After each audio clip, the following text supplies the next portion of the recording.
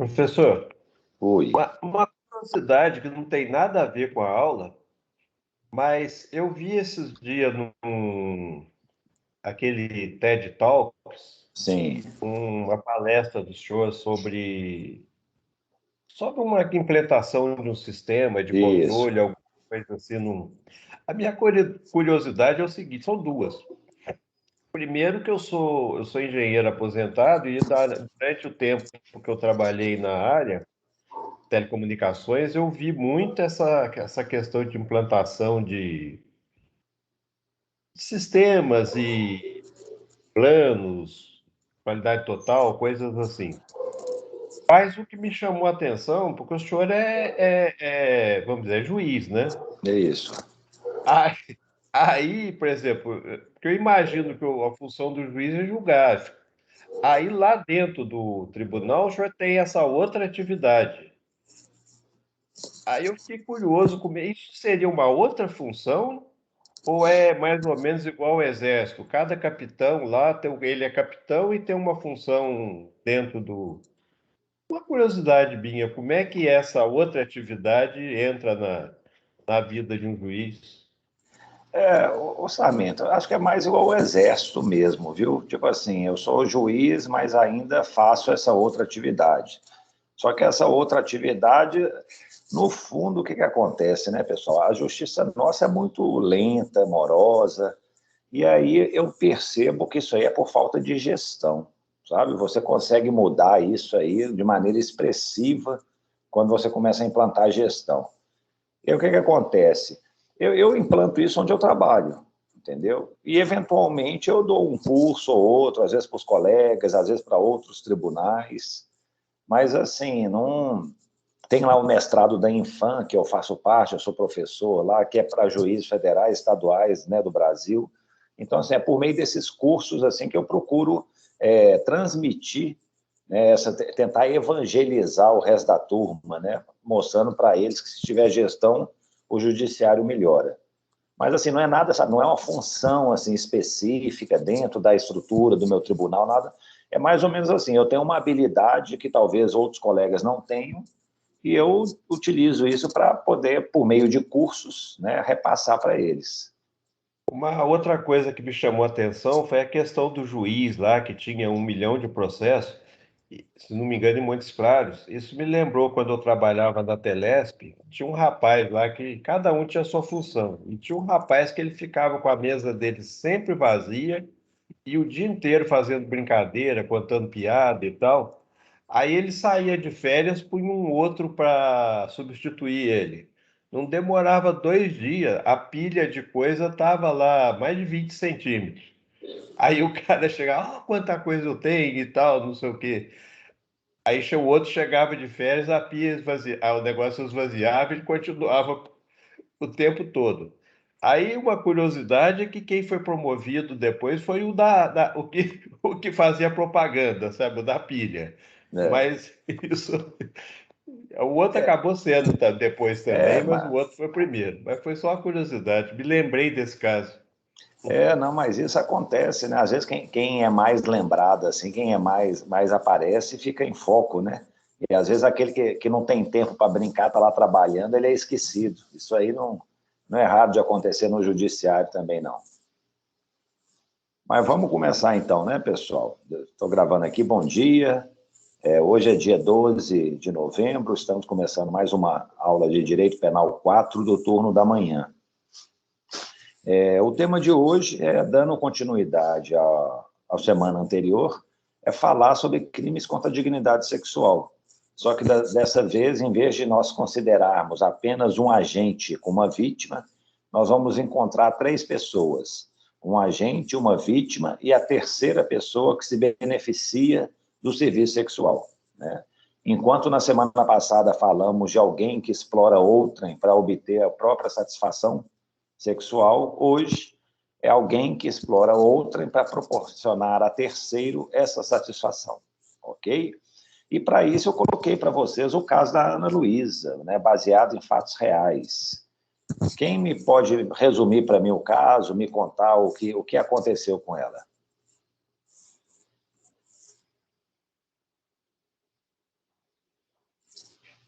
Alguém se habilita? Bom, deixei para outro, mas vamos lá de novo. A Ana Luísa, eu me lembrei muito do caso lá do trabalhador.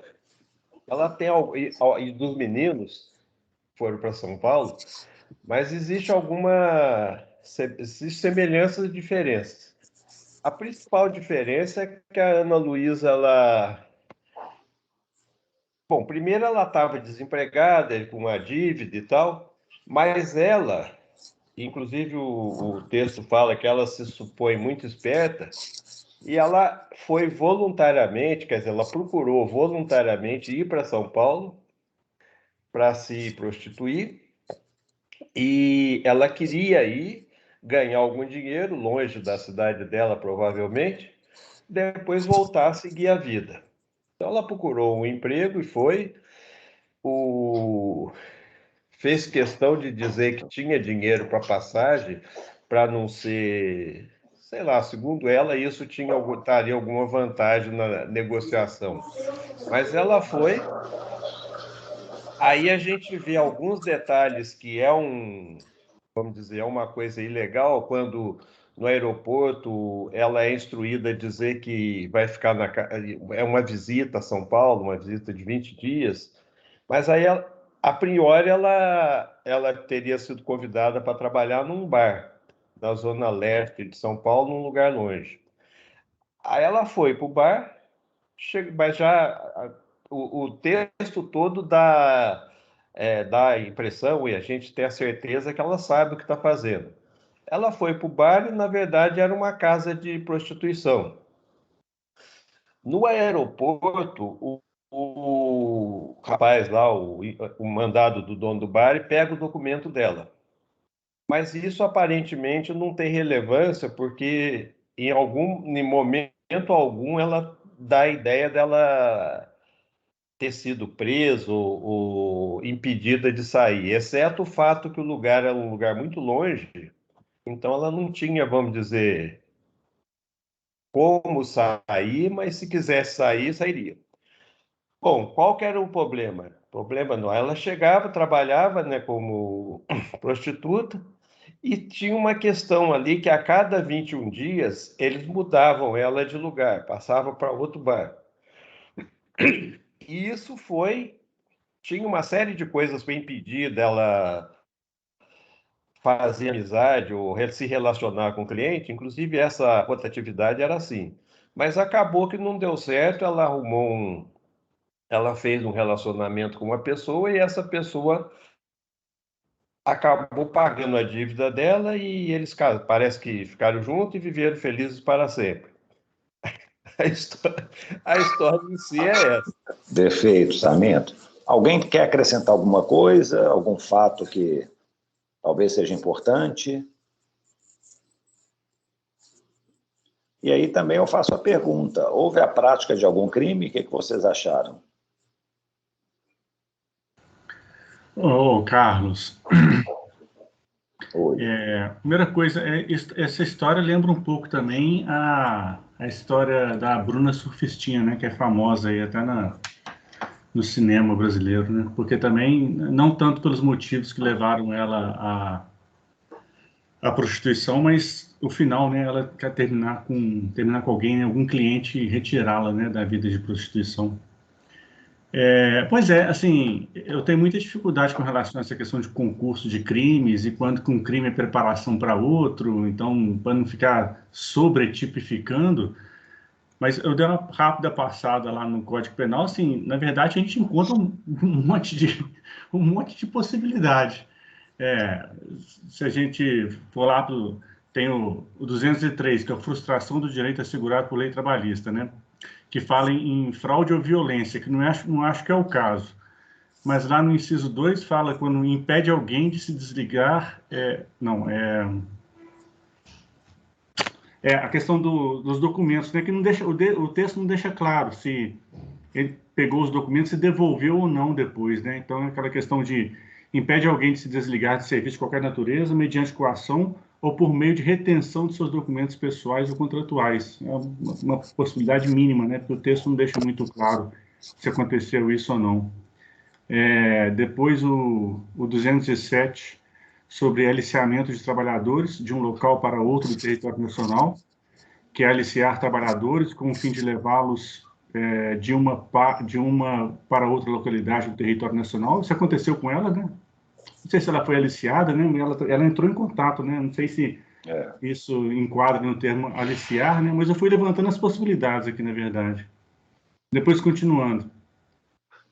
O 228 tem induzir ou atrair alguém à prostituição ou outra forma de exploração sexual, facilitá-la, impedir ou dificultar que alguém a abandone. Eu acho que, eventualmente, isso também pode ser tipificado.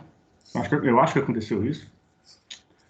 Tem o 229, que é manter por conta própria de terceiro estabelecimento em que ocorra exploração sexual, haja ou não intuito de lucro ou mediação direta do proprietário ou gerente. Tem o 230 ainda, que é o rufianismo. Tirar proveito da prostituição alheia, participando diretamente de seus lucros, ou fazendo-se sustentar, no todo ou em parte, por quem a exerça. Pois é, então, assim, é engraçado porque você vai lendo, parece que você consegue enquadrar. Você consegue o Código dar Penal vontade inteiro. de ficar em tudo quanto é artigo, né? Mas, assim, claro que o texto também é um texto bem superficial, né? Para a gente conseguir ter certeza de alguma coisa, mas acho que dá para encontrar aqui alguns artigos para tipificar, né? Aqui, Soares e pessoal, acaba que realmente o texto é mais aberto, né, para você tipo assim, ter várias possibilidades. A gente tem que verificar na realidade, tipo assim, quais condutas foram praticadas, né, porque é aquela situação. Às vezes você, tipo assim, tem várias ações, mas uma conduta única, assim, né, os vários, imagine, você para traficar drogas, para vender drogas, você teve que ir lá e comprou a droga, conseguiu fazer, você está mantendo em depósito, não sei o que, tal. Então, assim, as várias condutas podem se ajustar a diversos verbos lá do crime, mas assim, não, qualquer conduta, não, ele está vendendo droga, ele é o traficante, né? Então, nós temos que pensar nisso. Eu vou compartilhar com vocês aqui a apresentação, e aí nós vamos discutir tudo isso, essa questão, qual que é o melhor enquadramento, isso aí é um crime contra a organização do trabalho, como você mencionou, que encaixa aí no 207, tem outra figura típica mais específica que poderia ter sido utilizada, né? E aí nós vamos comentando aqui, deixa eu só abrir e compartilhar rapidamente.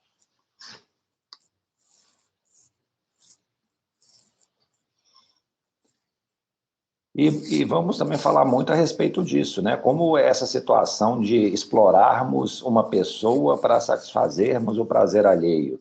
Até que ponto que isso aí, como era no passado, como é no presente, como será no futuro, ainda fazendo referência àquela situação da evolução da legislação penal.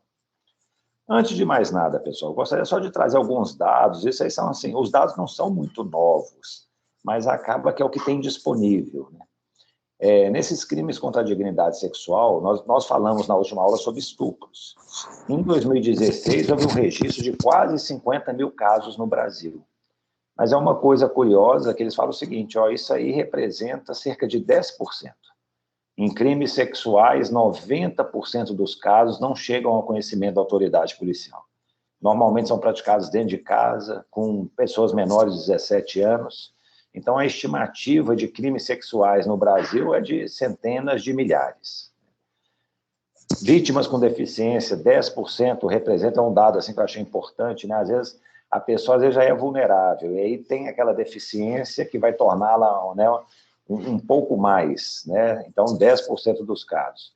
E o que se comprova exatamente é isso, quase 80% né, dos crimes, né, quando o autor conhece a vítima, ocorre dentro de casa.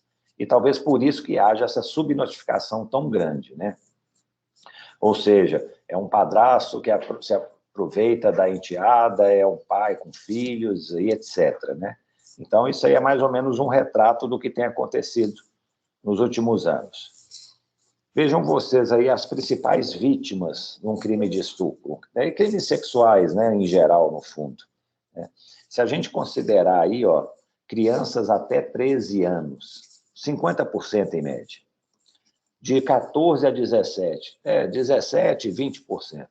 O que a gente pode falar é o seguinte, quase 70% das vítimas de estupro no país têm menos de 17 anos, são menores de idade, menores de 18. Né? E aí é uma coisa curiosa, em relação a homicídios, a grande maioria também dos homicídios ocorre com jovens até 24 anos.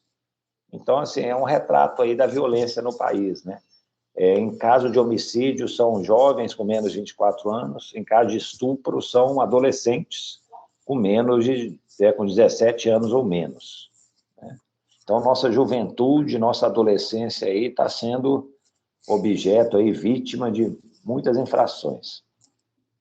E aí esses dados também mostram a questão do parentesco, né, do agressor com a vítima, segundo a faixa etária. Então, assim, quando tem criança, aí, ó, a maior parte é amigos, conhecidos, adolescente também. Já quando é adulto, às vezes, né, são pessoas desconhecidas, às vezes o adulto, né, já está até morando fora de casa, já está aí, consegue se defender mais. E como eu mostrei anteriormente também, em sendo adulto, os crimes sexuais costumam ocorrer, às vezes, nas ruas, né, em locais assim, públicos. Então, assim, só para a gente ter uma pequena ideia, né, de quem são nossas vítimas, como é que esses crimes acontecem, uma característica específica, né, dos delitos sexuais que tem uma relação de parentesco, de conhecimento, ocorre dentro de casa. Então, tudo isso vai interferir. Eu acho que eu já fiz essa pergunta para vocês, né? A Ana Luísa, como o Sarmento falou, que, assim, ó, ela sabia o que ela estava querendo. Ela se achava muito esperta, ela falou, não, isso aqui eu não vou cair em nenhuma forma, né, de aliciamento, vou ser enganada, nada disso. E ela, então, estava ciente, né, a meu ver, que ela ia exercer a prostituição. Eu perguntei já para vocês, a prostituição é crime, né, ou é uma profissão? E aí eu já trouxe, ó, aqui no Brasil ela é considerada uma profissão. Existe essa CBO, né, que é a Classificação Brasileira de Ocupações, que fala, né, que tipo de atividade que se resume, quais são né, a formação, as experiências que é necessário para o exercício do trabalho, e as condições gerais desse trabalho.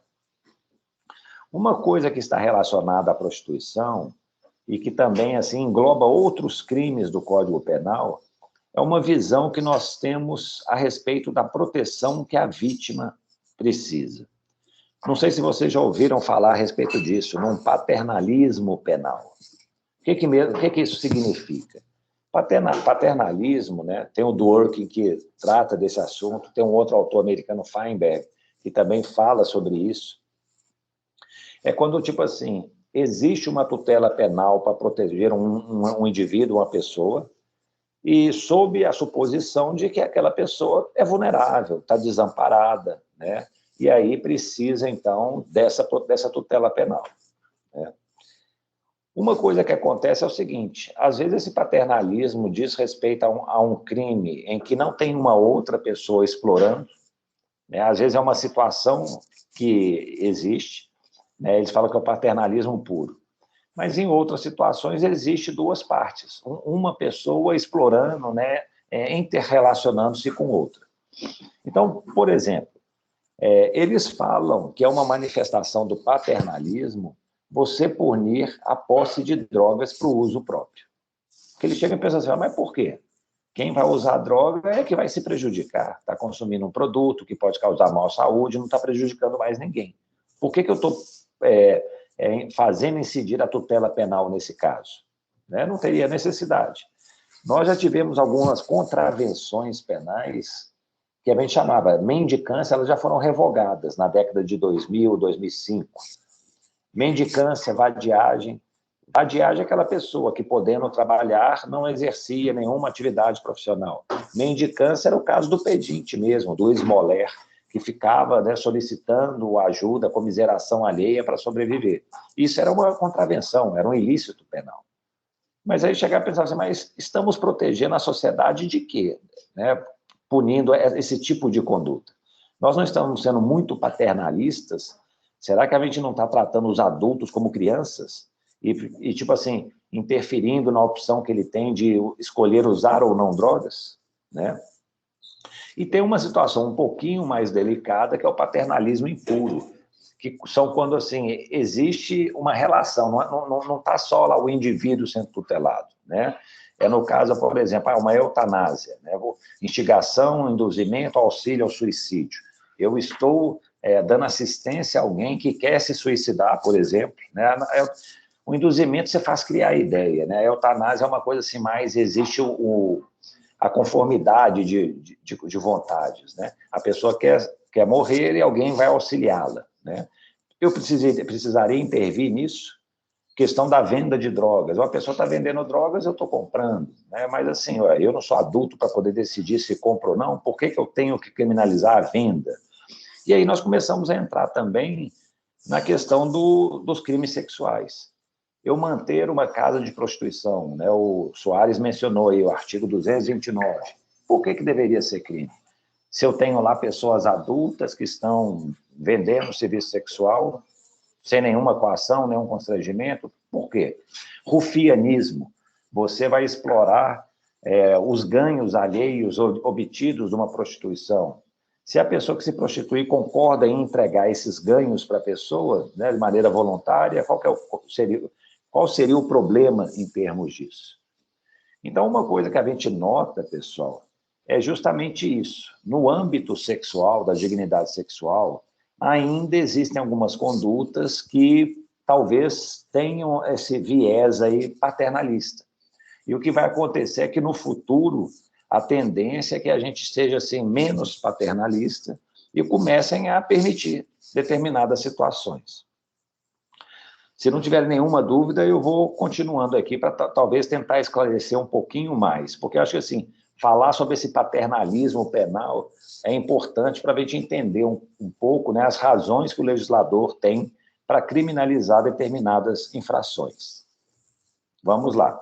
Voltando àquele negócio que eu trouxe na semana anterior. Vamos falar do passado, como é que era em 1940, quando o Código foi editado. Falar agora do presente, né, como está a situação, basicamente a Lei 12.015, que, né, regulamentou isso, alterou o Código Penal, e como o projeto de lei, né, do Senado lá vai tentar examinar essas questões. Lenocínio, gente, lenocínio é uma palavra meio assim estranha, né, de pouco uso, mas assim, diz respeito justamente ao comércio sexual. E aí esse comércio sexual, né, no nosso Código Penal, ele traz basicamente essas figuras. A mediação para servir a lascívia de outrem, a casa de prostituição e o rufianismo, que nós vamos falar aí, né, em breve sobre cada uma delas. Atualmente, não houve nenhuma alteração, mantém-se essa incriminação desde 1940. Houve uma pequena mudança de redação do artigo 229, mas basicamente é a mesma coisa. O que eu quero mostrar é que no futuro, pessoal, nenhum desses crimes aparentemente vai existir. O projeto de lei, né, o projeto de Código Penal, acho que está deixando de ser meio que paternalista. Vejam vocês, por exemplo, o crime de mediação para servir a lascívia de outrem. Induzir alguém a satisfazer a lascívia de outrem. Isso é crime? Eu chegar para uma pessoa e falar assim, aquele cara, ele é rico, como é que ele é bonitão, aquela pessoa, olha aquela mulher, tem muito dinheiro, tal. Por que você não vai lá, passa a noite com ele? Tal? Isso é crime. Eu estou induzindo alguém a satisfazer a lascívia de outrem. Não estou cobrando, não vai ter nenhum dinheiro envolvido, nada, é só realmente aquela, né, a prática de relações sexuais. Será que vale a pena criminalizar uma conduta como essa? Então, assim, o Código Penal do futuro fala, vamos ser menos paternalistas. Se eu estou aconselhando, induzindo uma pessoa a se relacionar com outra, deixa se relacionar sexualmente. Qual o problema? Isso é imoral? Ah, não, mas então você vai fazer isso todo dia, você vai induzir aquela pessoa a satisfazer várias outras. Ok, mas o que tem de errado isso? É porque é imoral? Né? A tendência do direito penal é cada vez mais tentar separar pecado de crime. Uma coisa é o pecado, é coisa religiosa, são regras morais, tal. Outra coisa é que é crime mesmo, que você está afetando a capacidade de autodeterminação sexual da vítima. O Carlos, Oi. Mas você acha que isso vai acontecer independente da questão da idade da pessoa? Não.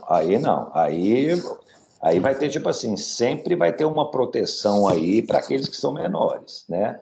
Então, por exemplo, aí no 227 nós temos o parágrafo 1º. Se a vítima é maior de 14 e menor de 18, talvez possa ser mantido isso, né?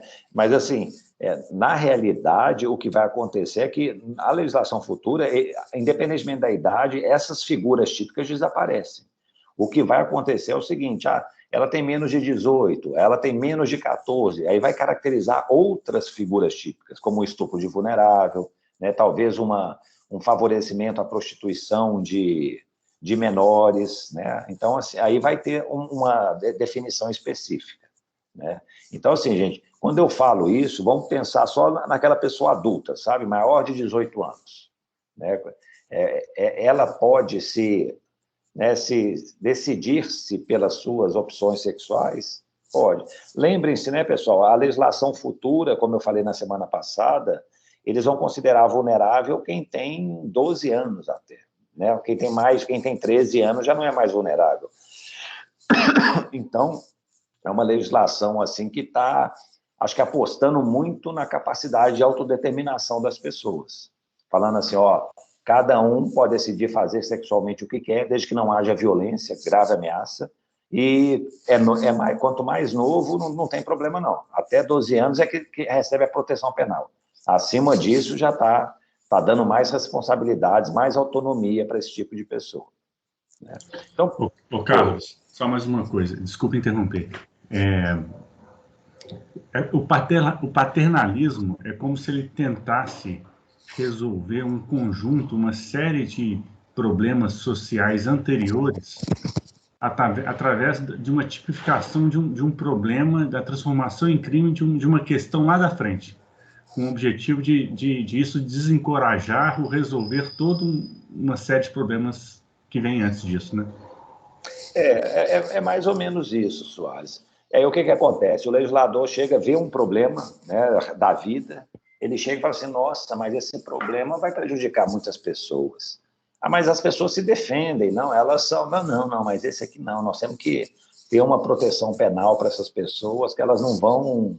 E aí começa a eleger condutas que merecem essa proteção, essa tutela, né? E aí vem a questão, igual, por exemplo, no passado, consumir bebida alcoólica era crime, né? Na época da lei seca, lá nos Estados Unidos, tal. Então, assim, não, as pessoas não podem beber, faz mal. Então, vamos protegê-las. E hoje em dia, como é que a gente vai analisar isso? Eu fico pensando relativamente às drogas, né? As drogas hoje, aqui no Brasil, consumir droga é crime, né? Mas, assim, nós vamos olhar lá daqui a alguns anos para trás e falar assim, nossa, punia-se isso, né? E a gente já está vendo exemplos no mundo inteiro, né? Nos Estados Unidos, o Uruguai, que eles legalizaram o consumo de maconha. Então, assim, aquilo que alguns anos atrás era crime lá, deixou de ser também.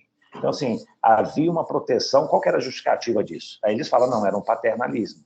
A gente dá uma tutela para as pessoas que supostamente nós pensamos que são mais vulneráveis, desamparadas, que precisam um apoio da lei penal. E aí a questão não, vamos vitaminar, né, estimular a autonomia delas, elas são capazes de viver. E aí vão sendo eliminadas esse tipo de proteção.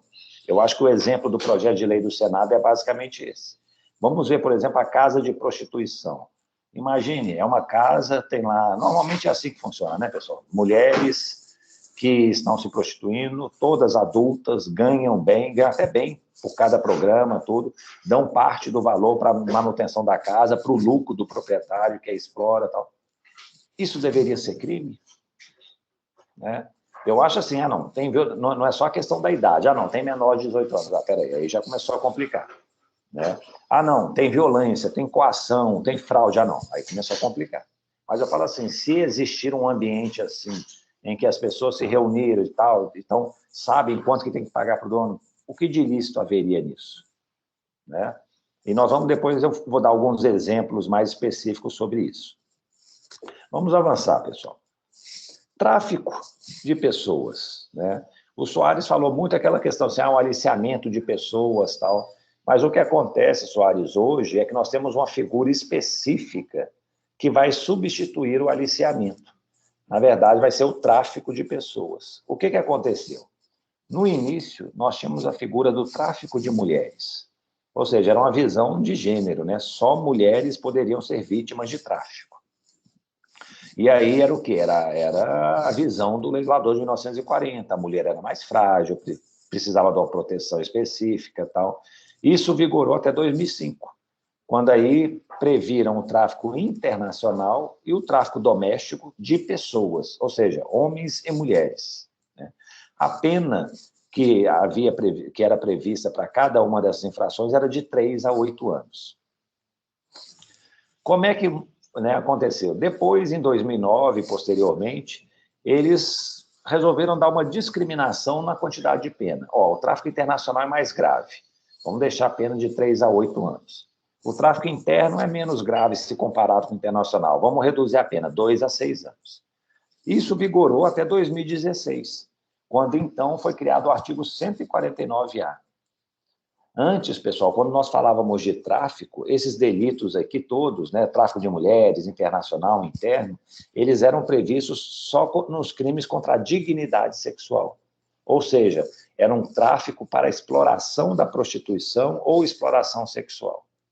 Só que aí, em 2016, com a criação do artigo 149-A, eles fizeram uma coisa que já era meio óbvia, que o mundo todo já estava fazendo aqui. O tráfico não existe só para exploração sexual, não.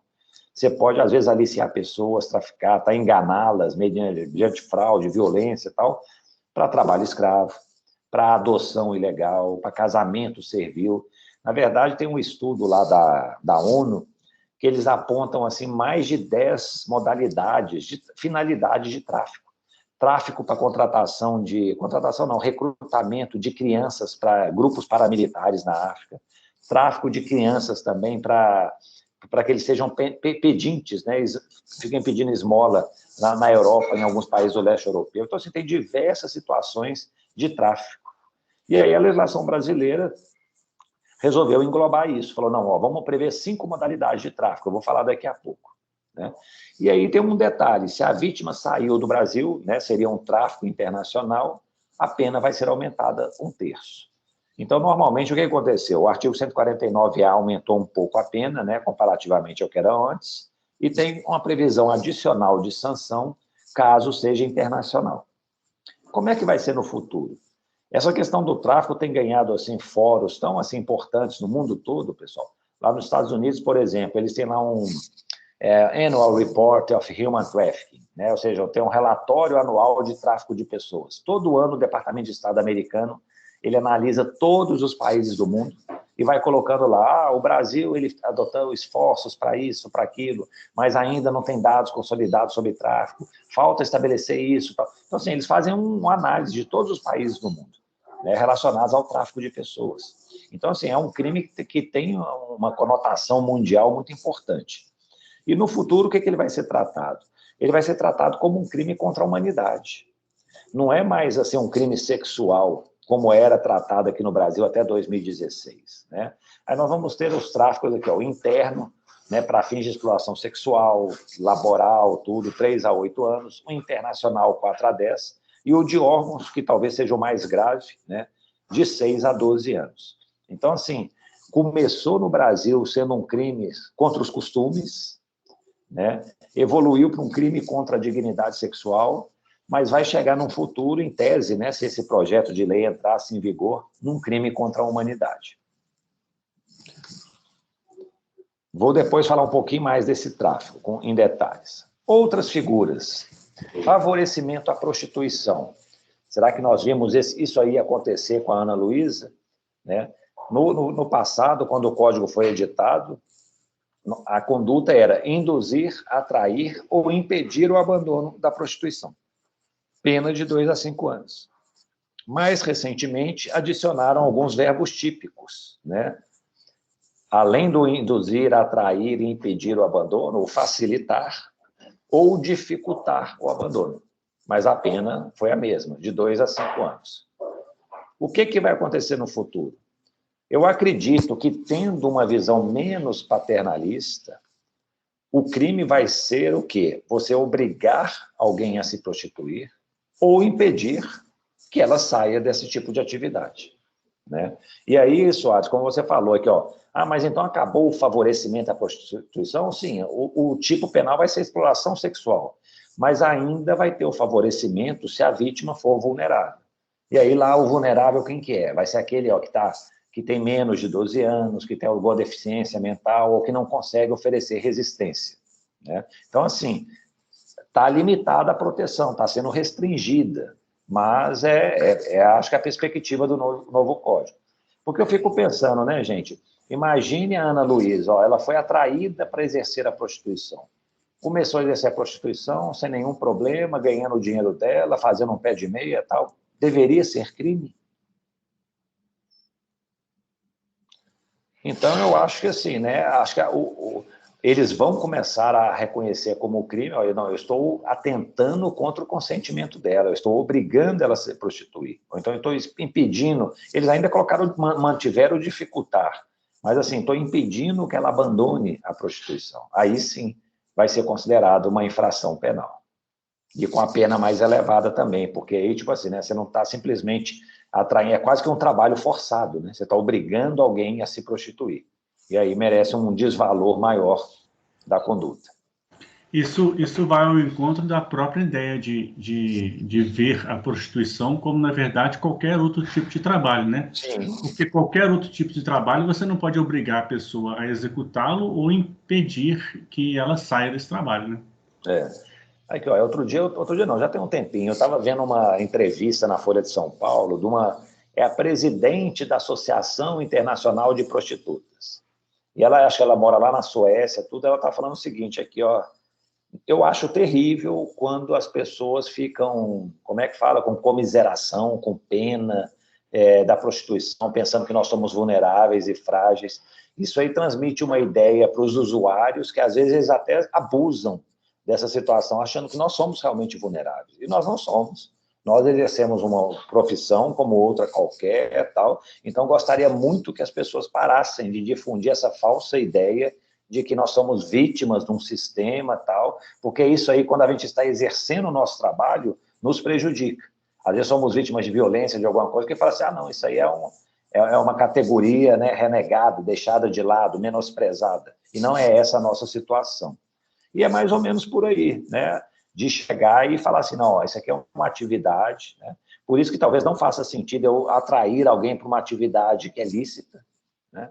Mas vejam vocês, realmente não deixa de ser uma contradição. Eu, se atrair alguém, falo que eu venho fazer direito, não sei o que, não, isso não é crime. Não, venha se prostituir, não, isso é crime. Então, eu acho que é a questão do valor moral. Eu ainda acho que a prostituição é uma coisa ruim, né? Então, eu tenho que ser paternalista e proteger, impedir que as pessoas sejam atraídas para ela. E isso é realmente, acho que, a visão do Estado atualmente, né? A prostituição, assim, ela não é regulamentada, né? Embora seja reconhecida como uma profissão, eu acho que a prostituição é mais tolerada, tolera-se a prostituição. Por quê? O que acontece? Aquele que explora a prostituição, ele é punido, né? Aquela pessoa que exerce a prostituição no Brasil não é punida, mas quem a explora, né, aí sim vai receber uma punição. Então, talvez o que eles estão pensando no futuro é exatamente isso, Ares. Não, isso aqui é uma profissão como outra qualquer. Você não pode obrigar ninguém a ser médico, obrigar ninguém a ser tal, nem obrigar ninguém a ser prostituto. Isso é crime. Mas agora, você quer atrair, induzir, fique à vontade. Vamos lá. Pessoal, então, assim, em resumo, né, os crimes aí que eu falei do lenocínio. Nós vamos ter o artigo 227, que é a satisfação, mediação para satisfazer a lascívia de outro. O 228, que é o favorecimento da prostituição. O 229, que vai ser manter casa de prostituição. E o 230, que é o rufianismo. Para falar a respeito deles, né? Tipo assim, o caso da Ana Luísa, às vezes parece que se enquadra em tudo. Aqui, ó, ela talvez tenha sido induzida para satisfazer a lascívia de outra. Ela talvez tenha sido induzida ou atraída para a prostituição. Lá era mantida uma casa, um estabelecimento para ter exploração sexual, com intuito ou não de lucro. Aí lá nessa casa tinha alguém que tirava proveito da prostituição que ela exercia. Aparentemente a conduta dela se enquadra em tudo. Mas assim, vamos ver, talvez, acho que a especialidade da conduta que vai distinguir uma coisa e outra. Quando é a mediação para satisfazer a lascívia de outrem, pessoal, acho que o grande elemento que vai caracterizá-la é que, tipo assim, o outrem é um destinatário único, uma pessoa certa, sabe? Aí caracteriza esse artigo 227. Se vários são os destinatários indeterminados, aí nós já estamos falando no favorecimento da prostituição. Eu estou induzindo alguém, atraindo alguém a satisfazer a lascívia de um número indeterminado de pessoas. Não é apenas de outrem de uma pessoa. Então, isso aí vai caracterizar a prostituição. O que é manter a casa de prostituição? Vai ser quando há uma exploração sexual num estabelecimento específico. Foi criado um estabelecimento e nele existe, né, a exploração sexual. Antigamente, a legislação falava assim, é uma casa de prostituição ou qualquer outro local para encontros libidinosos. Quer ver? Deixa eu ver se eu me lembro aqui. Era casa de prostituição ou lugar destinado a encontros para fins libidinosos, isso. E o que acontecia? Eles falavam que os motéis, o motel é um local destinado a encontro para fins libidinosos, poderia, em tese, ser enquadrado aí como casa de prostituição. Aí eles resolveram mudar a legislação, né, em 2009. Aí falou, não, vai ser manter um estabelecimento em que ocorra a exploração sexual. Pode ter ou não intuito de lucro. Isso aqui é interessante, eles falam assim, pode ou não ter lucro. Obviamente, gente, que o objetivo é ter lucro. Mas o que acontece? Talvez não se consiga provar a ocorrência do lucro. Então, aí, o que poderia acontecer? O réu vai ser absolvido. Houve a exploração da casa, né? Tem lá a exploração sexual no estabelecimento, mas não se comprovou que ele obtinha lucro com isso. Então, a conduta é atípica. Então, para evitar isso, né, e ampliar o alcance do direito penal, eles falaram, pode ter ou não intuito de lucro. Isso pouco importa para poder, né, descaracterizar o crime. Pelo contrário, vai estar caracterizado. Qual que é a diferença do 229? Então, assim, eu acho que é mais ou menos o seguinte, o 227 diferencia-se do 228 pela questão dos destinatários. O 229, ele vai se diferenciar do 230, que é o rufianismo, pela existência do estabelecimento ou não. Porque nas duas situações, alguém está vivendo do lucro, né, da prostituição alheia, né, está sobrevivendo da prostituição alheia. No 229, haverá um estabelecimento que é mantido por essa pessoa. No 230, não.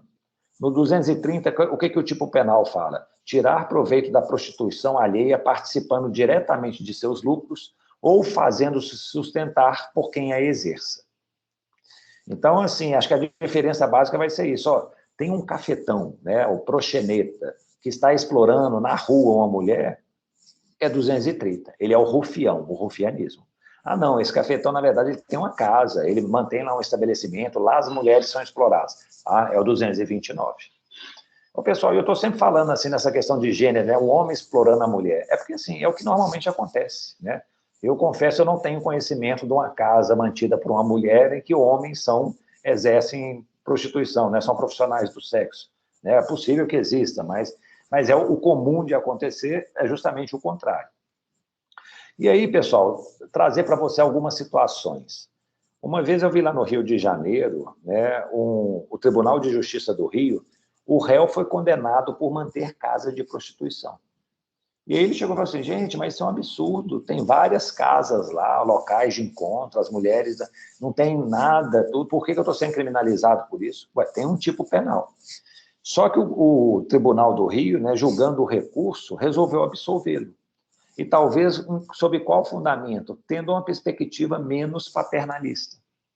Ele chegou e falou o seguinte, aqui, essa casa de prostituição não tinha nenhum menor de idade, todas as mulheres estavam lá espontaneamente, elas recebiam pagamento por isso, pelo serviço que estava. Nenhuma delas, ouvida no processo, relatou coação, abuso, fraude, alguma coisa. Então, assim, não há nenhum sentido impor uma condenação para esse réu.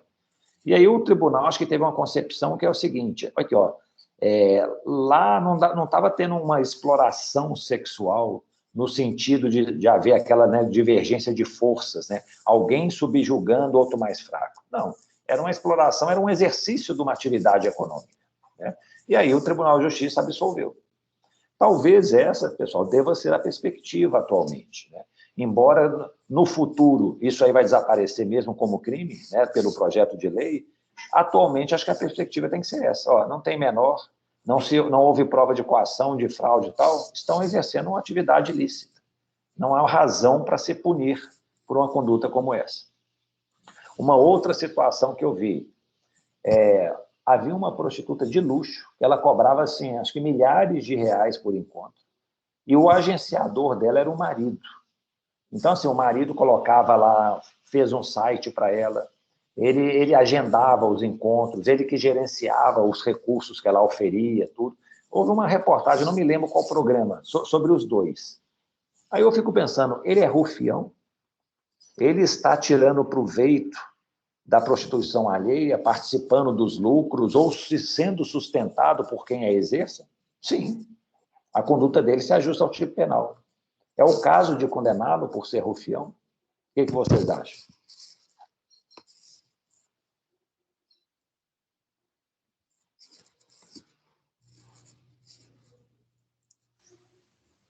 É difícil pensar aí num bem jurídico ofendido ou ameaçado. Não sei se eu enxergo vítima aí. Mariana, essa é uma questão. Imagine, talvez fuja um pouco do machismo, né, nacional. Tudo assim, peraí, então a mulher está trabalhando, para começo de conversa, é a mulher que trabalha, o homem fica lá em casa, coisa. Uma segunda questão, mas ela trabalha com prostituição, peraí, eles são casados, nossa, que confuso. Mas deixa eu falar, isso aí são questões, acho que morais, né? Um casal resolveu viver junto, definiram que a forma de sustento seria essa, não há coação, não há fraude, não há ameaça, não há nenhuma exploração sexual, ganha muito dinheiro exercendo esse tipo de atividade. Onde está o crime? Aparentemente, eu também não vejo um crime aí. Então, nós temos que, talvez, ter uma visão menos paternalista para isso. E isso aí eu me lembrei de um outro caso, lá no Rio de Janeiro também, acho que ainda tem, a Vila Mimosa. A Vila Mimosa, gente, era ou é, não sei se ainda existe, né, um local de prostituição, mas uma prostituição assim, mais barata, né, não era de tão luxo. E mostrou num programa lá uma moça, uma senhora, assim, pondo a comida para os filhos, né, eram às 6 horas da tarde, né, 18 horas. O marido lá, eles terminando, fazendo uma refeição, ela dá um beijo no marido, dá um beijo nos filhos e vai trabalhar. Vai trabalhar como? Como prostituta. E o marido fica em casa cuidando dos meninos. Ele é um rufião, se você for pensar bem. Mas tem sentido puni-lo por isso? Diga. Nesses casos em que o juiz ou o tribunal toma essa postura menos paternalista, o crime, não há condenação por meio da não tipificação, é na tipificação que esse crime, que esse processo para de evoluir? Ô Soares, aí eu acho que também vai depender da argumentação, né? Igual, por exemplo, no 229, se eu não me engano, o Tribunal de Justiça do Rio de Janeiro, a Casa de Prostituição, ele interpretou o conceito de exploração sexual. Ele chegou e falou assim, que, ó, a exploração sexual pressupõe alguém, né, subjugando o outro, exercendo um poder sobre a outra, tal. Nós não estamos vendo isso aqui no caso. Então, a conduta vai ser atípica, né? Está faltando o elemento exploração sexual. No rufianismo, o que talvez a gente pudesse falar? Aqui, mas no caso, havia o consentimento, por exemplo, da vítima. A vítima que estava sendo, né, que se prostituía, ela permitia que isso poderia talvez excluir a ilicitude da conduta, né? Então, assim, acho que vai depender da situação, né, da argumentação que vai se apresentar. Mas, assim, não é uma coisa também tão simples, né? Porque eu falo assim, então, peraí, então no rufianismo, se a vítima consentir, está absolvido? Então, todos os casos aí, vamos colher o depoimento da vítima, ela falando que concordava com a exploração. Aí o pessoal fica assim, não, mas peraí, isso aí, então nós estamos retirando a tutela dela. Mas eu falo o seguinte, analisar casos a casos, né, pessoal? Às vezes vai ter um caso realmente de rufianismo, que está explorando, está sendo abusivo em relação a prostitutas, e aí no final ela presta um depoimento e fala assim, não, eu concordei com isso, mas será que realmente foi aquele consentimento legítimo, voluntário? Mas eu acho que seria talvez a alternativa por aí. Consentimento da vítima exclui a ilicitude no 230. A inexistência de exploração sexual exclui a tipicidade no 229. E aí, pessoal, nós temos outros delitos também incluídos nesse capítulo. Havia o tráfico de pessoas, o internacional e o interno, que foi, né, eles foram revogados e substituídos pelo artigo 149A. E existe ainda o 232, que é promoção de migração ilegal. Se vocês olharem lá, está escrito aqui, ó, promover por qualquer meio com o fim de obter vantagem econômica a entrada ilegal de estrangeiro em território nacional ou de brasileiro em país estrangeiro. Isso é atividade do coiote, né, pessoal? Brasileiros contratam um coiote para ir lá para os Estados Unidos, passando pelo México. Por que esse crime, né, ele é conhecido, esse crime também, como contrabando de pessoas? Por que esse crime está no capítulo aí da dignidade sexual, do título da dignidade sexual? Alguém sabe me dizer?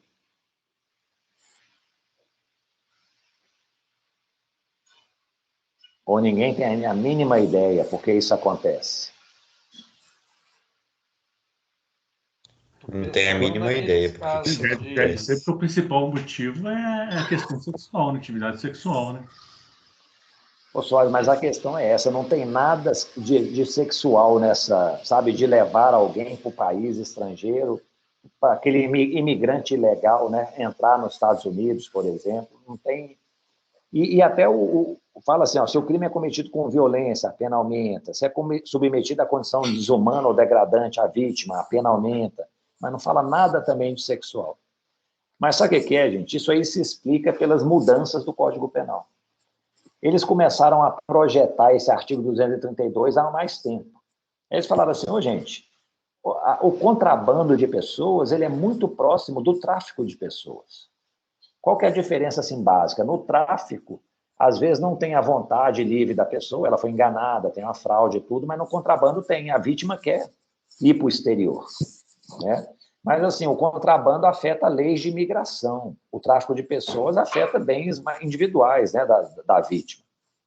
Só que eles são condutas muito similares. Eles até falam o seguinte, ó, às vezes uma situação de contrabando, ela começa como um contrabando, mas depois se transforma em um tráfico de pessoas. Quando o migrante começa a ser explorado sexualmente, laboralmente. E aí acho que o legislador chegou e falou assim, ó, vamos colocar os crimes um do lado do outro, o 232 e o 231, que eles são... É o tráfico que nós temos no Brasil. O problema é que eles não combinaram com os russos, né?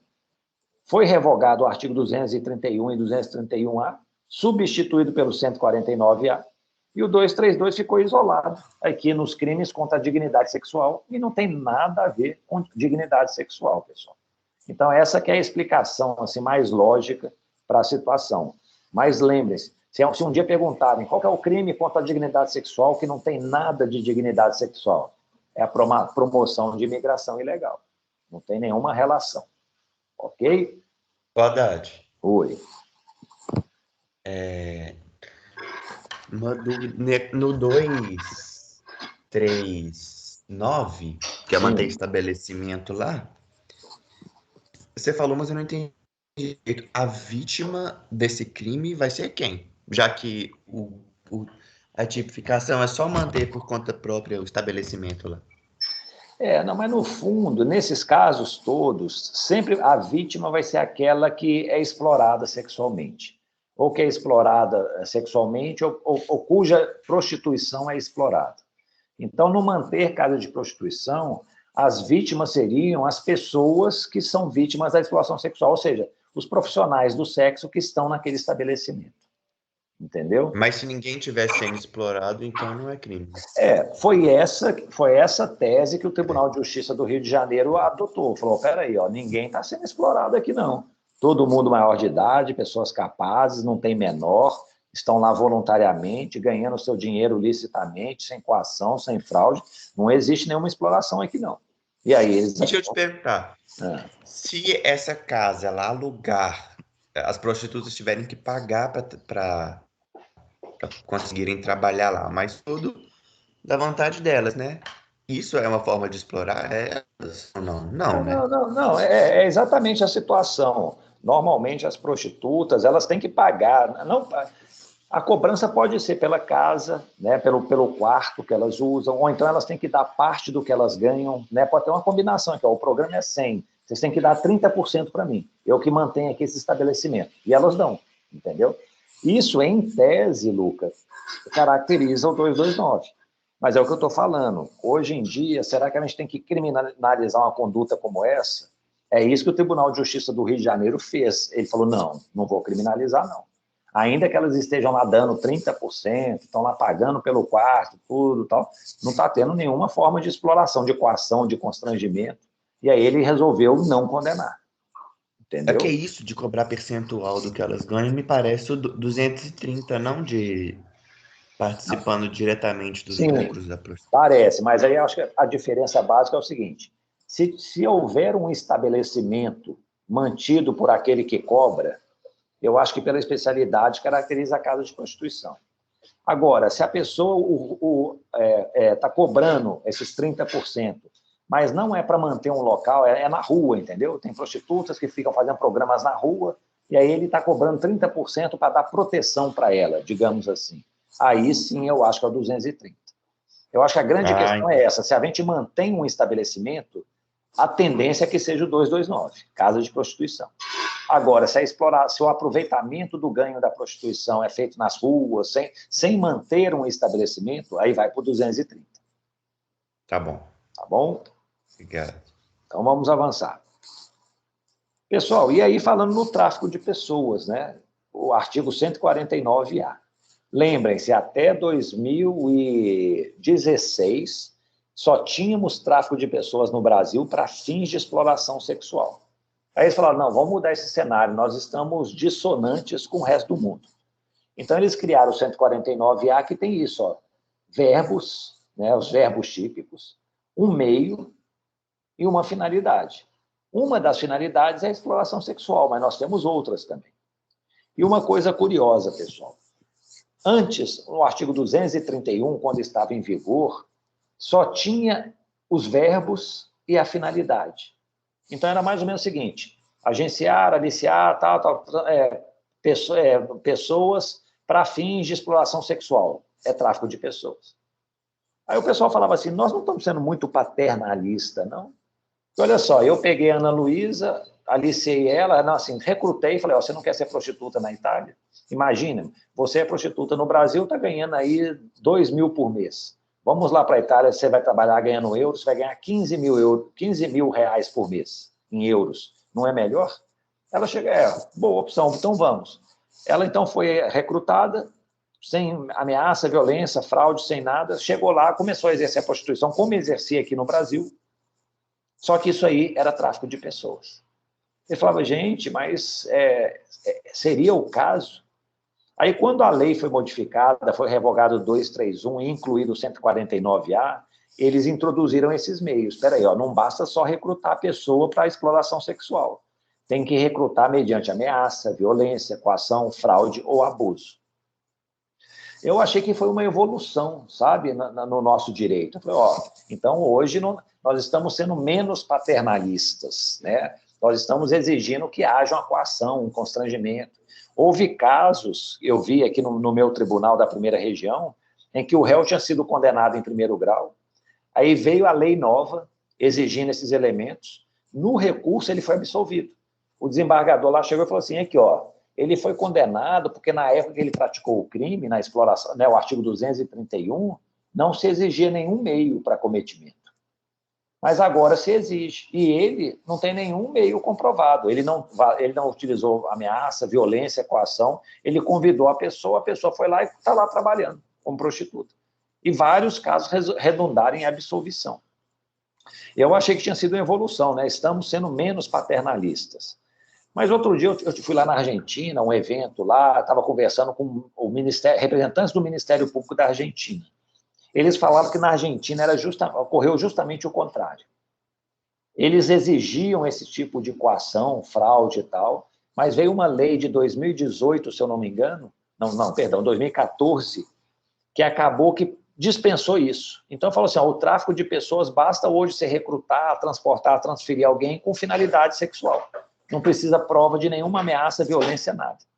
E aí eles chegaram para mim e falaram assim, isso aí foi ótimo. Sabe por quê? Porque antes, a gente sabe que nessa exploração sexual sempre tem ameaça, violência, coação, fraude. Não é um ambiente de trabalho maravilhoso, saudável, nada disso. Existe exploração das mulheres, tal, mas às vezes a gente não conseguia provar esses elementos. Então os réus eram absolvidos por falta dessa prova. Hoje, como a lei dispensou os elementos, ficou muito mais fácil.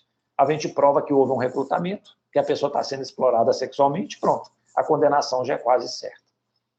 Então, pessoal, não sei, né, qual que é a melhor solução, mas nós seguimos caminhos diferentes.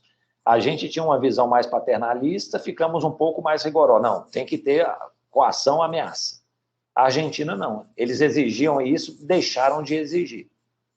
Eu acho que, de certa maneira, o representante do Ministério Público estava certo.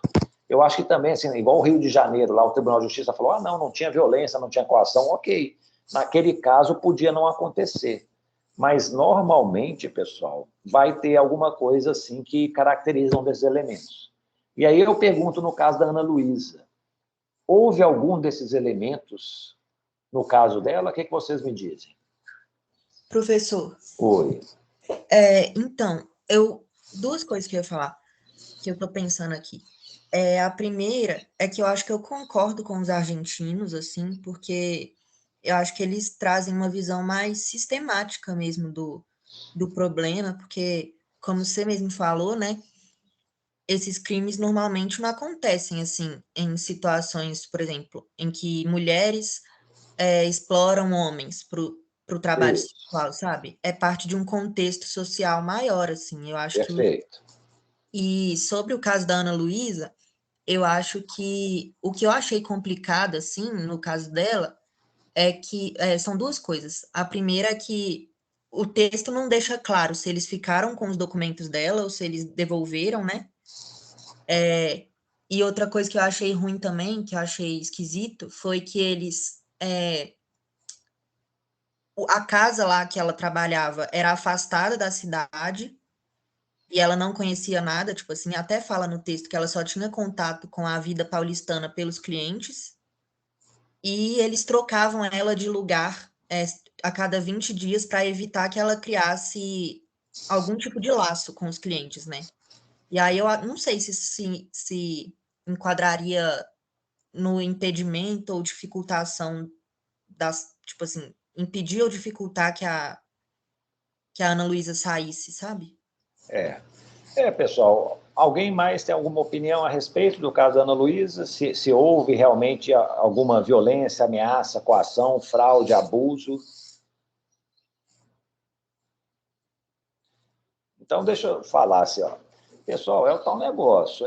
Ela, acho que a princípio, estava achando que ia encontrar uma situação. Ela se achava esperta, eu vou para lá, eu sei que é prostituição, tudo. Mas aí começa a surgir realmente esses elementos aí que acho que vão dando contornos diferentes ao caso. Por exemplo, pegou os documentos dela, mas por qual razão? Que trabalhador que precisa ter documentos retidos? Não sei se devolveu ou não. Não falou que devolveu, mas a princípio já sou um pouco estranho você ter que reter documentos de um trabalhador. Outra coisa, né? E eu estou pressupondo, gente, que ela está lá exercendo um trabalho lícito, como outro qualquer. Outra coisa, ela fazia compras, né, lá no próprio local, não conhecia a vida paulistana e tal. Eu acho que é indicativo de que ela tinha uma certa liberdade restringida, né? Essa mudança ela era um local mais distante, talvez o acesso mais difícil, né, a saída de lá. Ela começou a contraiu uma dívida com o empregador. Peraí, mas que empregado que tem dívida assim com o empregador, tem que ficar pagando a ele, pagar o quê? Isso aí, o transporte não é a cargo do próprio empregador, ela só poderia sair de lá depois que quitasse essa dívida, né? Aí o companheiro dela, que ela conheceu, que foi responsável, ajudou ela a quitar a dívida. Então, assim, o caso, gente, para mim, tem uma conotação assim, muito séria de tráfico de pessoas, porque pode ter tido aqui, né, uma fraude. Ela achou que inicialmente era tudo lindo, chegou lá, peraí, não é tão tudo lindo, não. Outra coisa, o abuso, né, um certo abuso de direito em relação a ela, exigências assim que não encontram nenhum respaldo em lei, né? Então, assim, eu acho que isso era um tráfico de pessoas. É uma forma mais sutil, né, gente? Por isso, aí vem essa questão. para a gente interpretar um caso desse, já estamos tendo uma certa dificuldade. Imagine para você provar em juízo que realmente não houve abuso, houve fraude, houve não sei o quê, é mais complicado mesmo, né? E aí, gente, um detalhe, o que vai acontecer em regra nessas situações? Normalmente, o tráfico de pessoas vai ser uma figura antecedente. E o tráfico, os verbos típicos, se a gente for ver, eles têm uma sequência, né, cronológica, digamos assim. Eu estou aliciando, recrutando alguém, eu transfiro essa pessoa, levo para um outro lugar que ela vai ser alojada, acolhida. Tudo isso é tráfico de pessoas, né? E aí, se tiver fraude, engano, abuso, com finalidades específicas, como a mencionada no tipo penal, está caracterizado o crime. A partir daí, começou a exploração sexual, é outra infração penal, a meu ver. Então, por exemplo, esse rapaz, esse dono aí do estabelecimento da Ana Luísa, eu acho que ele poderia responder por tráfico de pessoas. Para mim, houve, né, o recrutamento, o transporte, o recrutamento dela. Eu acho que houve fraude depois, né, no contexto em que ela começou a exercer, houve abuso também, no contexto do exercício da atividade profissional, e era para finalidade de exploração sexual. Ah, mas ele começou, então, a explorá-la lá? Então aí é uma outra infração. Para mim, vai ser o caso de prostituição. Ele tinha lá um estabelecimento, ele tirava lucro daquilo e havia exploração sexual lá. Só dela ter uma dívida para ser paga, dela ter uma liberdade um pouco restringida, dela ter documentos retidos, isso, para mim, é uma exploração sexual. Não é uma relação assim saudável de duas pessoas que fizeram, né, entabularam um acordo, um contrato, e estão aproveitando aí o lucro. Diga, Soares.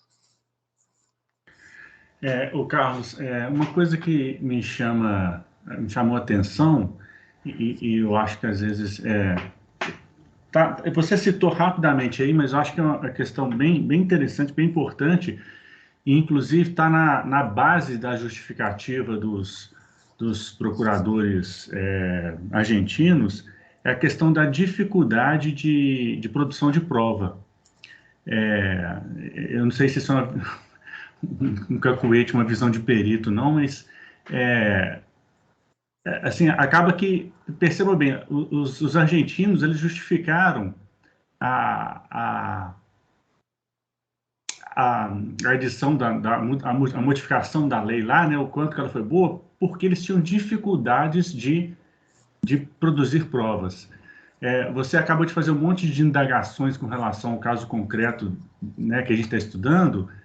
Cada pergunta dessa uma resposta para cada perguntinha é muito difícil, mas quando você começa a somar todas, aí dá uma sensação, né, mais que uma sensação, né, dá quase uma certeza que está tendo uma exploração e tudo, né? Mas, assim, talvez a gente, de uma forma geral, não discute muito pouco os mecanismos de aprimoramento da produção de prova, não? Talvez esse não seja um caminho que deveria ser mais... Eu não digo só prova material. No final das contas, é a prova material, né? Mas, assim, mas eu não quero dizer só a produção da prova, mas a investigação, a inteligência policial, vamos dizer assim, por trás. Será que a inteligência policial e a produção de provas não deveriam ser mais bem exploradas? Elas não teriam capacidade de ajudar muito mais todo o processo penal?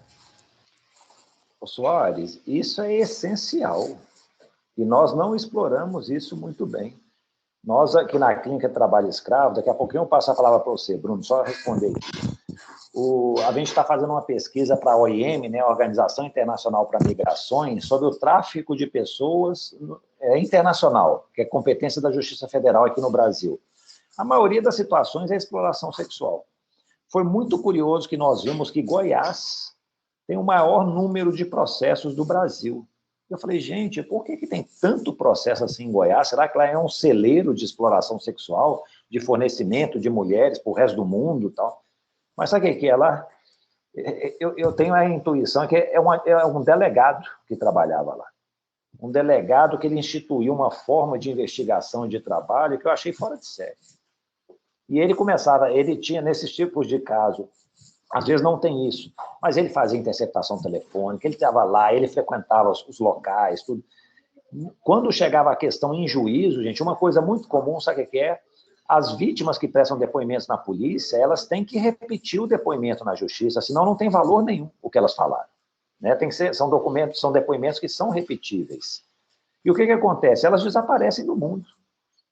Elas, às vezes, estão no exterior, estão em outro local, estão mudando, igual a Ana Luísa, ela foi encontrada ali, mas ela volta para a prostituição e vai para um local que vai ficar mudando ela de localidade o tempo todo.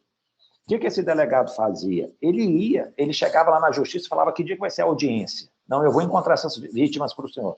Ia lá e pegava as vítimas. Então, eu fico pensando assim, que delegado de polícia no Brasil faz isso? O delegado acho que ia chegar e falar assim, você acha que eu sou oficial de justiça? Não sou, não. Meu trabalho acabou quando eu relatei o inquérito. O problema agora é da justiça. É isso que acontece em regra, viu, Soares? E esse delegado me mostrou que é possível fazer diferente e com, assim, uma diferença de êxito, assim, nossa, lá, por exemplo, São Paulo, que é um local muito grande, acho que lá em Goiás tinha 2 ou 3 vezes mais processos criminais do que em São Paulo. Então, assim, tem que ter essa investigação, tem que ter... Ele tem meios de investigação, né? Tipo assim, um protocolo de investigação que dava muito certo. Ele acompanhava o processo judicial, isso aí é uma coisa muito importante que ninguém faz. Então, assim, tem que... Porque não adianta, gente, pode-se constatar aí a prática de um crime, mas o pior é que isso... Pior assim, isso precisa ser provado na justiça. Se não for provado na justiça, não vale nada. E é uma investigação mais efetiva, mas que não tem nada a ver com violação de direitos humanos, né, Carlos? Não tem nada a ver. É simplesmente um processo mais eficiente, né? Sim, exatamente. Não tem nada. E aí, gente, nós vamos fazer um evento da clínica, vai ter transmissão pelo YouTube, tudo, na semana que vem. Esse delegado eu até o convidei, o Luciano Dornelas. Ele vai participar, acho que no dia 17 à noite. Depois eu vou mandar no grupo aqui da sala a programação. Eu acho que vale a pena ouvi-lo. E não só ele, tem muitas pessoas que vão falar sobre tráfico de pessoas lá e trabalho escravo. Né? Então, acho que vale a pena ouvi-los, porque ele tem situações muito interessantes nessa área de investigação. Vamos lá, Bruno. A minha dúvida é que, tipo assim, quando você estava falando do caso da Ana Luísa, que você citou esses elementos esquisitos, assim, eu fiquei na dúvida. Seria um caso de concurso formal com trabalho escravo? Ou... Ótimo, Bruno. Perfeito. Ó, você perguntou isso e o Matheus também apresentou essa questão no chat. Pessoal, o que acontece? Eu acho que seria um concurso, sim, né? Pode ser, eu acho que o concurso formal, né? Uma única conduta gera 2 resultados, né? Por quê? Uma coisa é você explorar sexualmente, a casa de prostituição e tal. Outra coisa é você explorar de maneira assim, excessiva, né? Em condições degradantes, impondo jornada exaustiva. E se a gente realmente concebe que a atividade, né, a prostituição é uma atividade profissional, mas por que não, né? Então, eu acho que haveria, sim, um concurso de infrações. Haveria, por exemplo, uma casa de prostituição CC, né, combinado com o artigo 149, né, a redução à condição análoga de escravo. Então, eu acho, se há uma exploração excessiva, eu acho que pode caracterizar, sim. Ok? Beleza, valeu. Vamos, então, só avançar. Verdade. Mas sobre isso, eu acho que o escravo ele descaracteriza 228, não porque, olha, favorecer a prostituição, você impedir que a pessoa abandone. Aí, se tiver retenção de documentos, servidão por dívida, você está automaticamente impedindo que ela abandone. Perfeito. E, ao mesmo tempo, tornando ela escrava. Não, concordo. Se for o 228 do favorecimento à prostituição, né, a gente tem que evitar esse bis in idem, né, pessoal? Aqui, peraí. Mas esse elemento aqui, ó, você está obrigando a pessoa a trabalhar, mas, ao mesmo tempo, você está impedindo que elas parem de trabalhar, é quase que a mesma coisa. Né? Então, assim, nós temos que escolher uma figura típica. Mas acho que também o que a gente pode considerar é o seguinte, não, vamos considerar a casa de prostituição 230. Ele está mantendo um local onde há exploração sexual, beleza. Só que essa exploração sexual está fugindo do padrão. As prostitutas elas estão precisando trabalhar 15 horas por dia, as condições de trabalho delas são péssimas, sem nenhuma higiene, sem nada, tal. Eu acho que aí sim daria para somar, sabe, para reconhecer a duplicidade, porque não seriam circunstâncias que se repetem. Uma coisa é a exploração sexual, Outra coisa é uma exploração sexual em que há jornada exaustiva, né? É um plus, um adicional, em que há condições degradantes, em que há alguma outra... Ou que há também até o trabalho forçado, né? Está obrigando elas a praticar os atos sexuais. Então, aí, nesse caso, eu acho que daria para... O que a gente tem que ter em mente é isso, viu, pessoal? Vamos pensar nos elementos de um crime, de um tipo penal, e a gente não pode considerar o mesmo fato duplamente, uma mesma circunstância. Tá? Mas, assim, se a gente está vendo que tem circunstâncias adicionais, aí eu acho que não haveria problema. Ok? Vamos lá, então. Pessoal, finalizando a aula, só falando aqui do passado, tudo, presente e futuro. Antes, o que acontecia? Se havia um crime contra a dignidade sexual, um estupro, que resultasse em lesão corporal grave, essa era a pena. Morte, essa era a pena. As penas ficaram mais graves com a lei dos crimes hediondos. Hoje, né, até então, se você estuprasse e matasse alguém, era pena até 25 anos. Mais do que um homicídio qualificado, que era pena de 12 a 20 anos. Houve a reforma em 2009, eles começaram a estabelecer dessa maneira, e a pena ficou... não, né, 12 a 20 anos, 12 a 30 anos, perdão, homicídio qualificado. E aí, hoje, o que a gente tem? Hoje, se por acaso você estupra alguém e mata, a pena pode ser a mesma do homicídio qualificado, 12 a 30 anos. O que acontecia no passado que era diferente do que acontece hoje? No passado, gente, eles consideravam crimes separados. Ó, o estupro vai ser tipo assim, tem essa pena aí de 8 a 12 anos, né, se resultar lesão corporal, ou então se resultar morte, 12 a 25 anos, e você ainda teria um concurso material com crime de homicídio. Era uma coisa assim meio excessiva, era meio que eles chegavam e falavam assim, não, isso aqui não é um crime doloso contra a vida, a intenção foi apenas... né, é igual o latrocínio. O que é o latrocínio? Né? O roubo seguido de morte. Esse crime de latrocínio, roubo seguido de morte, não é julgado pelo júri, não é considerado um crime doloso contra a vida. Por quê? Porque o agente ele quer, primeiramente, furtar, né, subtrair o bem. Só que a morte ocorre no avanço do desenvolvimento criminoso. Então, antigamente, pessoal, esses crimes aqui, como havia uma separação, né, acho que até pela pena que não se equiparava do homicídio, eles poderiam ser julgados no tribunal do júri, que eles falavam, uma coisa é o estupro, outra coisa era a morte. Hoje, em que houve essa equiparação a pena do estupro com a pena do homicídio qualificado, a impressão que se tem é que eles não serão julgados pelo tribunal do júri, não será considerado um crime doloso contra a vida. Então, vai ser um juiz singular que julga um caso como esse, como acontece no latrocínio. O latrocínio não é julgado pelo tribunal do júri, não é considerado um crime doloso contra a vida. O que parece que vai acontecer no futuro é que eles vão tratar como crimes autônomos. Não haverá mais essa previsão de, sabe, do estupro resultou morte, do estupro resultou lesão corporal grave. Então, no futuro, o que parece que vai acontecer, houve o estupro, ok, morreu, é homicídio. Vamos somar as infrações. Houve um estupro e mais uma lesão corporal grave, a pessoa abortou, a pessoa teve um membro amputado. Então são dois crimes diferentes, autônomos. Vai responder por lesão, vai responder por homicídio, ou por lesão, vai responder pelo estupro e pela lesão corporal grave. Hoje não, gente. Hoje um crime é um só. No futuro, talvez haja mudanças. Avançando um pouquinho mais. Tecnologia no passado não existia, né, pessoal? Então, as incriminações hoje contra a dignidade sexual, nós temos aí essas duas infrações. Registro não autorizado da intimidade sexual, divulgação de cena de estupro, de cena de sexo, pornografia. Pessoal, tudo isso aqui diz respeito a fatos que foram noticiados na imprensa. Houve algum fato aí importante nos últimos anos, eles falaram, vamos criminalizar. Né? E aí resolveram criar tipos penais que são, às vezes, até um pouco confusos. Esse artigo 218, o C, né? Ele envolve diversos tipos de situação. Tem vulnerável, ou não tem o consentimento da vítima, né? Tem o que eles falam lá daquela vingança pornô, né? que a pessoa está divulgando cenas da vítima no sentido de intimidade, vingança, de humilhação, então vai ter um aumento de 1/3 a 2/3 da pena.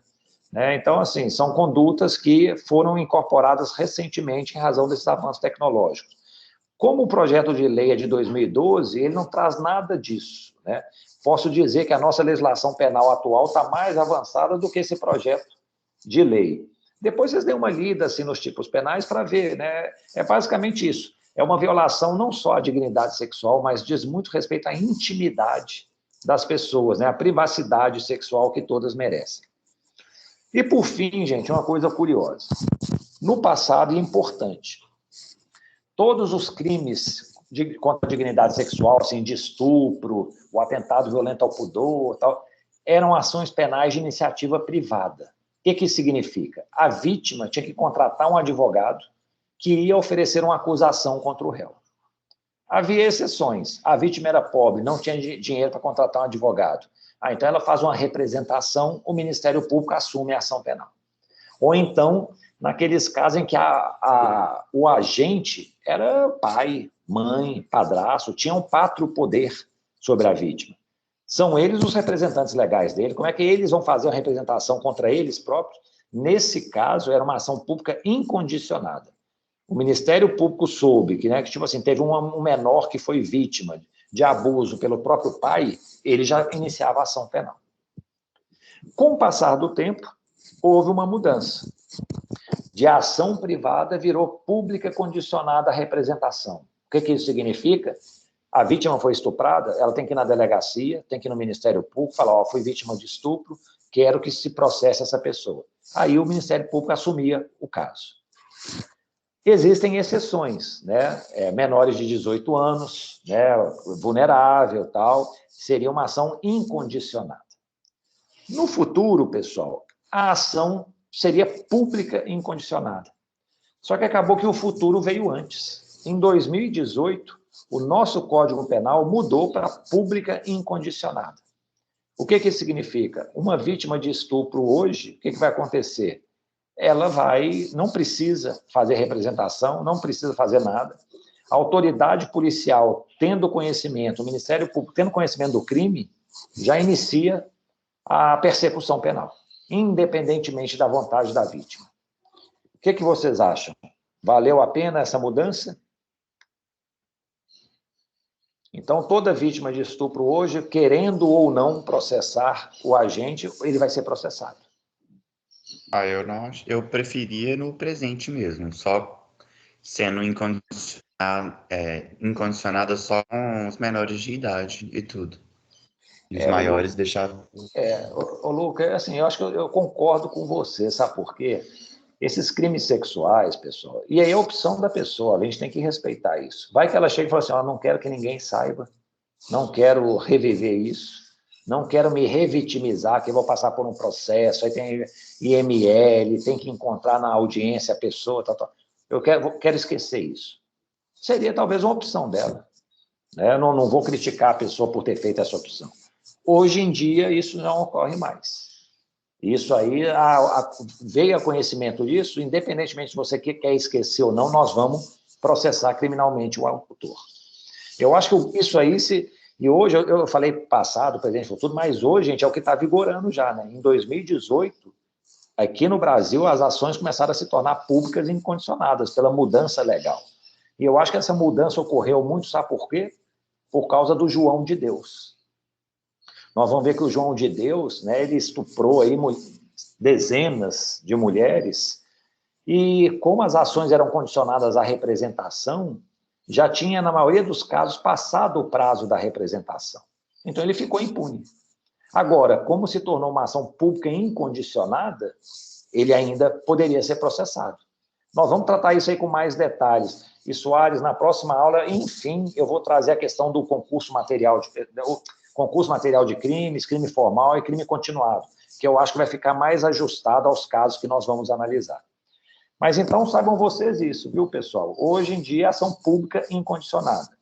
Obviamente, se a vítima não quiser ajudar na persecução penal, vai dificultar muito. Provavelmente nem avance a investigação, entendeu? Isso acontece. Mas, de qualquer maneira, foi retirado dela essa opção de prosseguir ou não num processo criminal. Hoje já não está mais na esfera da vontade dela, tá bom? Pessoal, dúvidas? Alguma questão? Se não tivermos nada, então no nosso próximo encontro na sexta-feira, nós vamos continuar falando de crimes contra a dignidade sexual. Eu vou disponibilizar para vocês 2 vídeos. Um vídeo de uma reportagem sobre o João de Deus, o outro vídeo sobre a Mariana Ferrer, né, que teve uma audiência criminal em que foi realizada aí, que ela falou que foi muito assim, destratada. Eu vou querer que vocês assistam. Haverá algumas perguntas para serem respondidas, tá bom, pessoal? E aí nós vamos discutir isso. Os vídeos, assim, demoram 10 minutos cada um, mas nada que mate, né? Em vez de ficar vendo a Netflix, dá tempo de ver aí esses 2 vídeos para a nossa discussão. E aí eu já vou apresentar algumas questões, deixar aqui disponível no Teams, para que vocês possam acessar e chegar na aula mais preparados, tá bom? Agradeço a atenção de... Oi, pois não. Eu queria te perguntar um negócio. Você Claro, falou fica à rapidamente no final da aula sobre o negócio de latrocínio, eu fiquei me perguntando. No furto, você vai furtar. Sim. Sem querer, de alguma maneira, acidentalmente, você mata alguém. Mas não teve violência nem grave ameaça, né? Vamos supor, você esbarrou, a pessoa morreu. Isso é latrocínio? Tem como você matar alguém sem ser violência ou grave ameaça? Não, é isso que eu ia falar, não tem. Né? Tipo assim, a morte é provocada por uma violência ou grave ameaça. A não ser que você chegue assim, não, eu estou dando um veneno. Mas se você está dando um veneno para a pessoa, né? Não houve violência ou grave ameaça, é um homicídio doloso.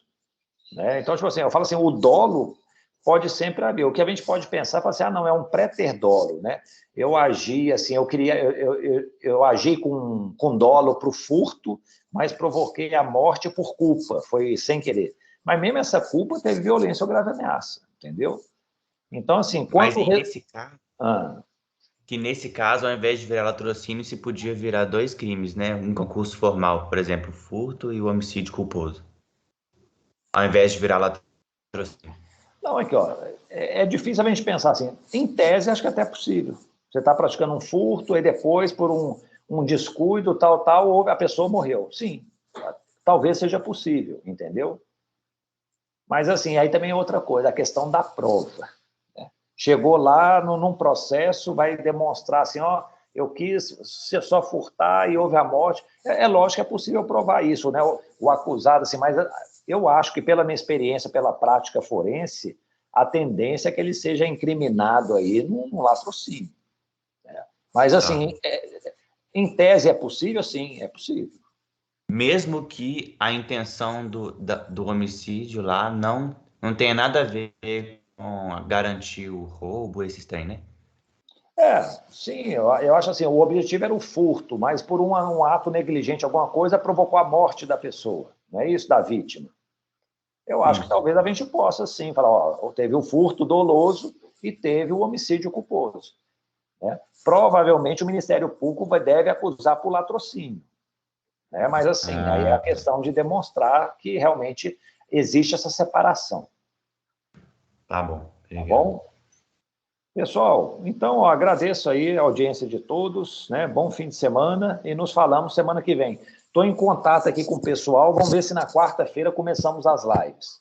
E aí, começando essas lives, eu vou avisar aqui no grupo também para vocês, ok? Até mais, professor. Um abraço. Professor. Obrigado, cara. Oi. Posso tirar só mais uma dúvida? Claro. Na aula, assim.